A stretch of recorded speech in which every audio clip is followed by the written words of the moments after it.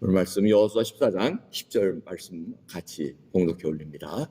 이제 보소서, 여호와께서 이 말씀을 모세에게 이르신 때로부터 이스라엘이 광야에 행한 이 45년 동안을 여호와께서 말씀하신 대로 나를 생존케 하셨나이다. 오늘날 내가 85세로 돼 모세가 나를 보내던 날과 같이 오늘날 오히려 강건하니 나의 힘이 그때나 이제나 일반이라 싸움에나 출입에 감당할 수 있사온즉 그날에 여호와께서 말씀하신 이 산지를 내게 주소서. 당신도 그날에 들으셨거니와 그곳에는 아낙 사람이 있고 그 성읍들은 크고 견고할지라도 여호와께서 혹시 나와 함께 하시면 내가 필경 여호와의 말씀하신 대로 그들을 쫓아내리라. 아멘.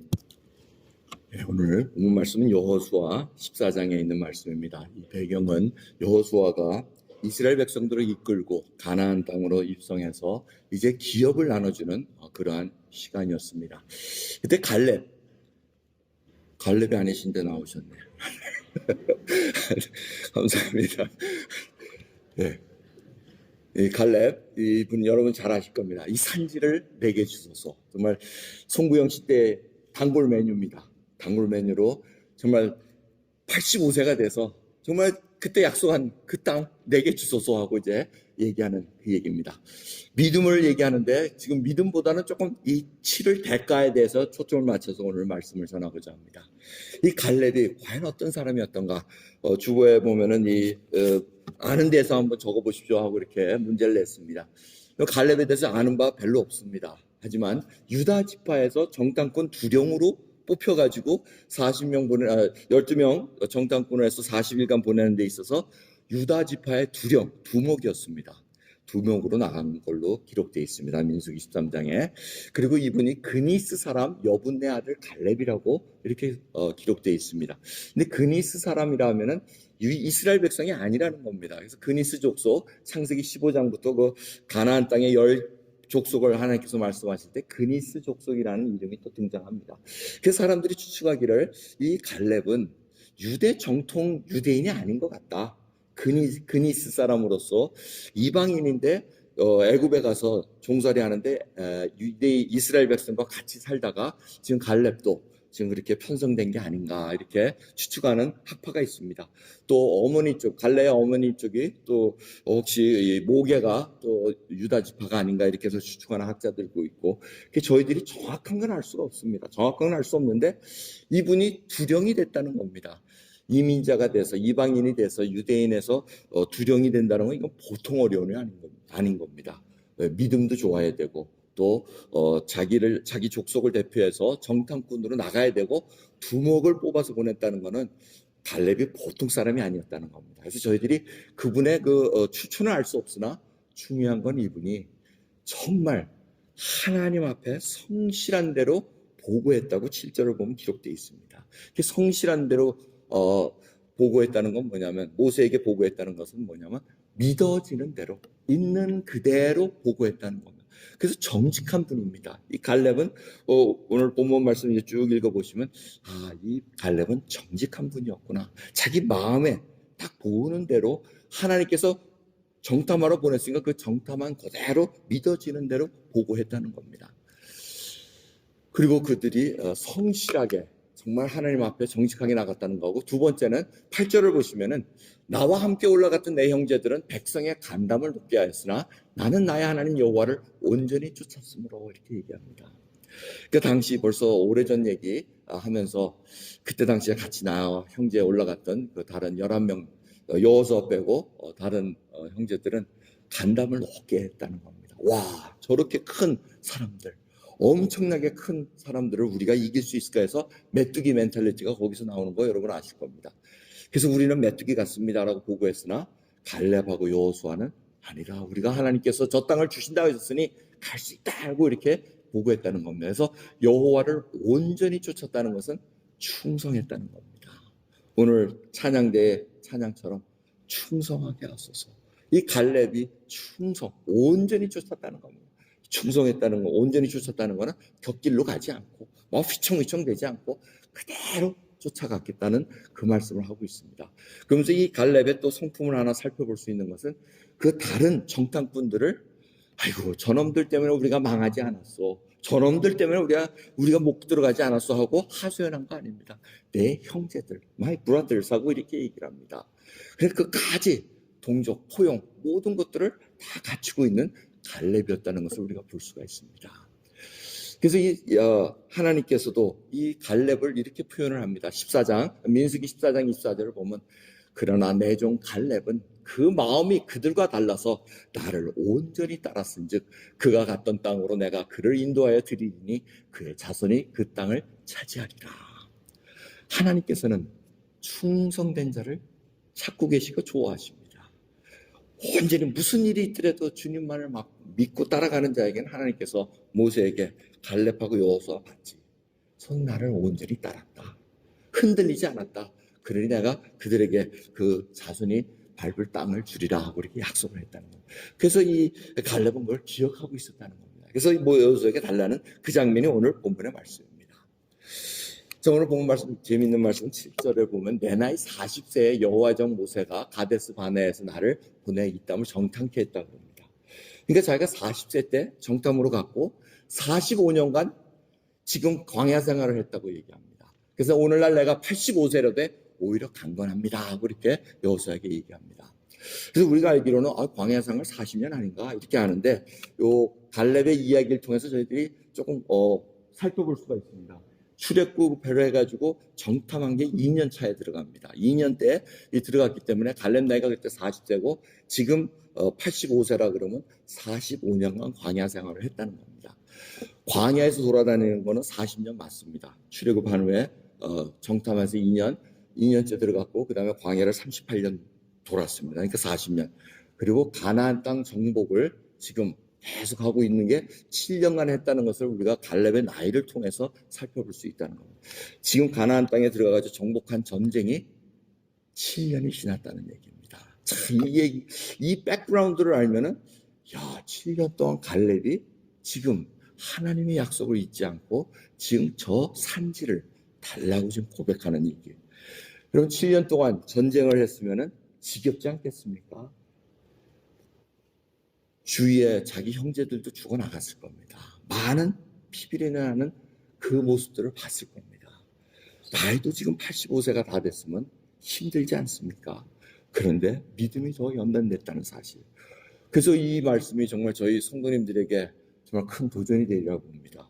85세 넘으신 분들이 그렇게 많지는 않습니다. 아직은 80세 넘으신 분들은 많지만 하지만 굉장히 강건하십니다. 이게 지금 어떻게 그러냐? 지금 그 이유는 7년 전쟁, 45년 동안 광야를 지나고 그 피비린내는 전쟁을 통해서도 하나님의 약속을 잊지 않았다는 겁니다. 이게 인내입니다. 여러분 인내하십니까?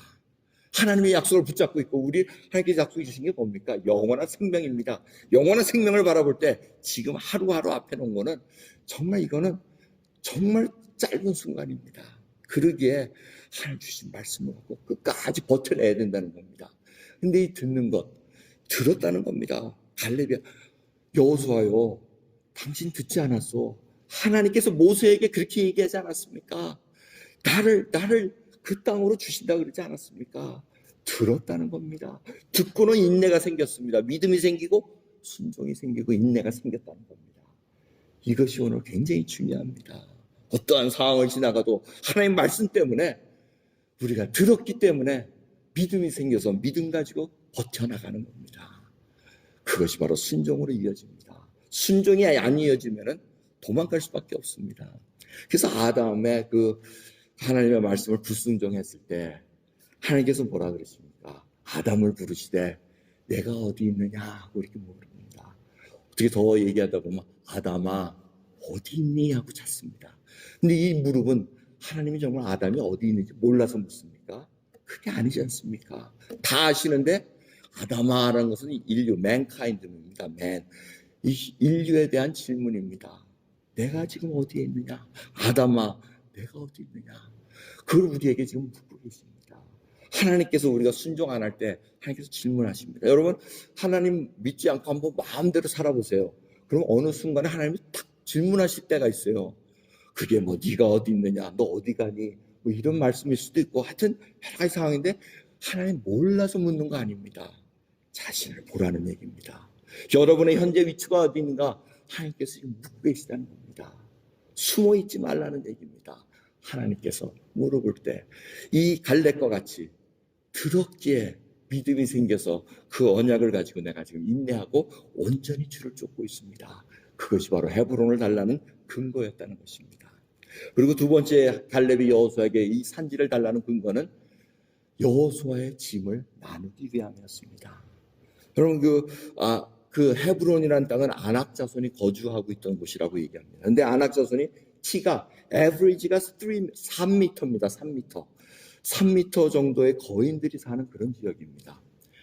3m면 여러분 2m도 지금 근데 제가 뭐 2m가 채 안 되는데 180도 채 안 되는데 180, 190만 봐도 이렇게 오라치는데 2m면 이 정도고 3m면은 뭐 고개가 이렇게 젖혀질 정도입니다. 그런 자들 앞에 지금 저 성읍을 헤브론 산지를 지금 함락하러 가야 되는데 갈 자가 없다는 겁니다. 근데 갈렙이 여호와의 짐을 나누기로 뒤에 between line을 읽어볼 것 같으면 오늘 본문 말씀에 그 사이사이를 우리가 읽어볼 것 같으면 이 갈렙이 여호수아에게 여호수아 지도자여 아시지 않소? 이 이스라엘 백성들을 우리 메뚜기 트라우마 있지 않습니까? 저 3m 넘는 자들 보고는 무서워서 못 갑니다. 하지만 내 나이 85세나 지금도 강건합니다. 하나님께서 약속하셨기에 저 나를 주소 내가 가겠나이다. 그럼 이 기계가 정말 부럽지 않습니까? 믿음이 있기에 참아냈고 약속의 말씀을 생각해냈기에 그 말씀을 근거로 해서 자기의 동역자를 지금 짐을 덜어주기 위한 것입니다. 내가 가겠습니다. 이 갈렙은 결국 산지를 취할 대가로 자기의 생명을 내온 것과 똑같습니다. 우리가 그것을 잊지 말아야 됩니다. 믿음 가지고 나가는 것 중요합니다. 하지만 얼마나 많은 사람들이 내가 그렇게 하겠습니다. 그렇게 하겠습니다. 얼마나 다짐합니까? 베드로도 주님이 죽을지언정 같이 죽을 때 나도 같이 죽겠습니다 했지만 막상 왔을 때 그렇게 못합니다.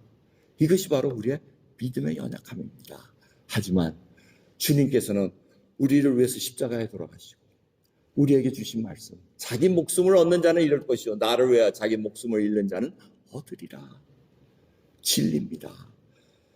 사도 요한이 요한일서 3장 16절에 이 귀한 말씀을 남겨주셨습니다. 그가 우리를 위하여 목숨을 버리셨으니 우리가 이로써 사랑을 알고 우리도 형제들을 위하여 목숨을 버리는 것이 마땅하니라.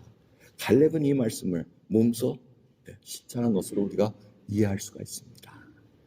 여러분 요한복음 3장 16절은 잘 압니다.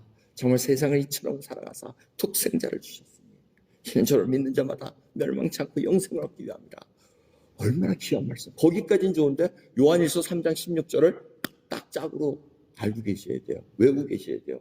형제를 위하여 목숨을 버리는 것이 마땅하니라. 우리가 여러분 옆에 앉아 계신 그 형제 자매를 위해서 목숨을 내놓는 것도 마땅하다는 것입니다. 아멘 안 하는 거 보니까 물론 마스크 뒤에서 아멘 했었는지 모르지만 그렇게 하셔야 됩니다. 그러기에 저희들이 하나님께서 이 믿음으로 행하는 것은 우리가 대가를 이미 주님께서 생명을 우리를 위해서 내놓으셨고 우리의 생명도 바로 주님 것이라고 고백하기에 그 생명을 놓고 나간다는 것입니다. 1956년 1월 8일 에콰도르 아우키족이라는 아우단이라는 족입니다. 근데 이 족속에게 복음을 전하기 위해서 출발해가지고 이 5분이 순교한 날입니다. 여러분들이 기억나시는지 모르겠지만 이 1956년 이 형제들이 계속해서 이 아우키족이 복음을 못 들었다 그래가지고 계속해서 그 지역을 이 사람들은 아주 무서운 사람들이었다 그럽니다. 그냥 위험만 오면 그냥 다 찔러 죽이고 하는 자들에서 비행기를 이렇게 돌면서 이 엘리엇이라는 분이 세이트라는 분이 조종사였는데 이분이 이제 같이 이 형제들과 같이 다니면서 먹을 걸 떨어뜨리고 이러면서 겨우 착륙했다 그럽니다. 그래서 친구를 만났다는 겁니다. 그래서 이 아홉기족의 한 명을 신하계에서 비행기도 태워주고 그래가지고 복음을 전하는 그 일까지 잘 했는데 느닷없이 1950년 1월 8일에 딱 도착해가지고 똑같이 부족들이 오니까 비행기 태워달라는 줄 아나 보다 하고 이렇게 태워주려다가 그들이 다 창으로 찔러 죽였습니다. 이 밑에 흑백 사진은 라이프 잡지에 나온 이 5 형제들의 부인들하고 자녀들입니다. 죽었다는 소식을 듣고 망연질색하는 그러한 모습들입니다. 근데 중요한 거는 이후에 이들이 다시 이 에콰도르 9귀족으로 들어가서 복음을 전합니다. 그리고 이 스티브 세인트라는 분은 이 네이트 세인트라는 조종사의 아들입니다. 아들이 가서 같이 자라고 복음을 전하고 나중에 이 고백하는 걸 얘기를 합니다.